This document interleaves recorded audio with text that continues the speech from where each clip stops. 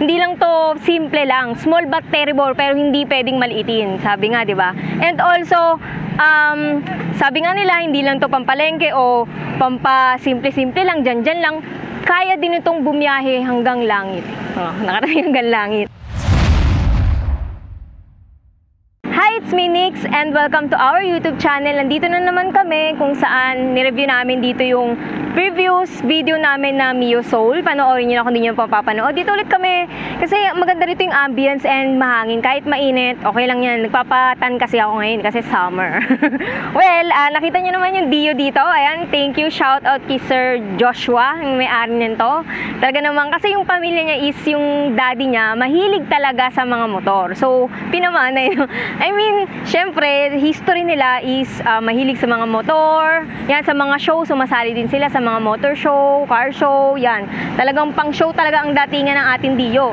Nga pala, 2 years old pa lang ako, 1997 to, pero kita nyo naman, 'di ba? Bihira na ngayon, may kita natin ngayon puro 4-stroke na. Bihirang-bihira na ngayon ng 2-stroke na motor.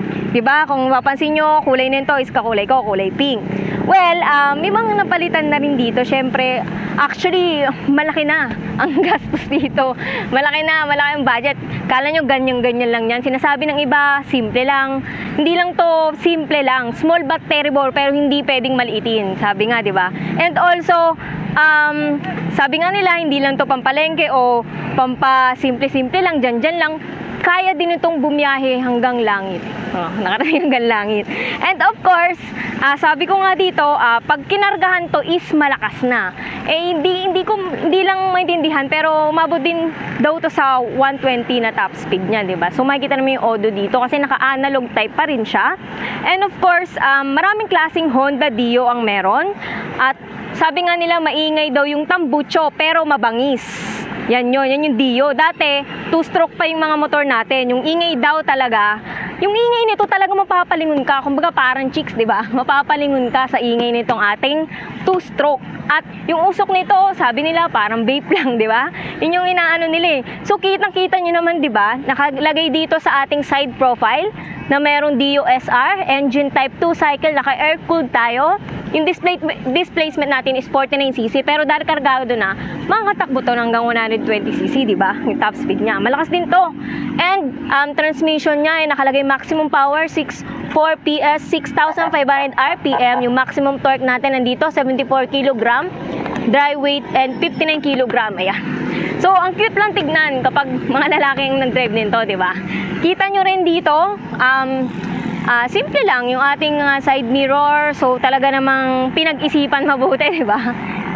Bira ka na lang makakita ng mga ganito eh. Tapos, syempre, meron din tayo dito push start dito. Pero, mas maganda kung i-kickstart nyo na lang. Nandito yan sa gilid natin. Makikita nyo. And naka-key type pa rin tayo. Ito yung ating susi. Yan, key type pa rin yan. So, ganun pa rin. Meron pa rin tayong ditong high and low beam. Yung ating grip, yan, makapit. Maganda rin yung grip, pero soon siguro papalitan din. Pero okay na sa akin to eh. Goods na to eh. And dito sa ating unahan, nakalagay dito, yan, Top Gear. Yan, Team Top Gear. Shoutout sa inyo. Yan, kulay puti yan, kita, diba? And yung ilaw niya is naka-bulb type pa rin tayo dito. Yan, nakita nyo sa gilid bulb type. Yan. And dito rin, hindi mawawala, 'di ba? Hindi kayo maliligaw. Nakalagay Honda. Pag sinabing Honda, 'di ba? Talagang yung mga makina nito. Sa tutuusin, itong Honda Dio, kung masiraan ka, marami ng mga piyesa, hindi na kayo mamomroblema, 'di ba? At ang gawa naman talaga ng Honda is matibay. Kumbaga, nandito pa rin, 'di ba? 2024 na, pero ito 1997. Pero nagagamit pa rin.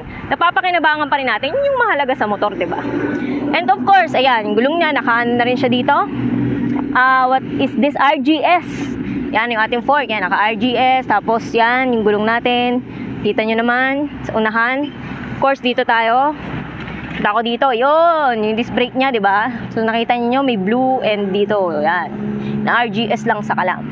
And of course, what else? Ito, filter nga pala to dito sa ating rear end. Sa rear end natin, meron tayong tinatawag na filter. Yan, ito yung sabi kong kickstart. May push start doon, pero much better na, ayan, i-kickstart nyo na lang, diba? Ito yan. And ano pa ba? So, ganun din yung ating gulong. So, di ko lang sure kung ano mas malaki sa gulong, sa unahan o sa likod. So, yan. Just comment down below kung ano mas malaki dito, diba? And yung plate niya, hindi mawala dahil nga, tingnan nyo, ito yung napansin ko rin, di ba? Yung plate niya, di ba? Kita nyo, talagang luma na, di ba? Old na kaya kulay green, pero dito pa rin yan, buhay na buhay pa rin.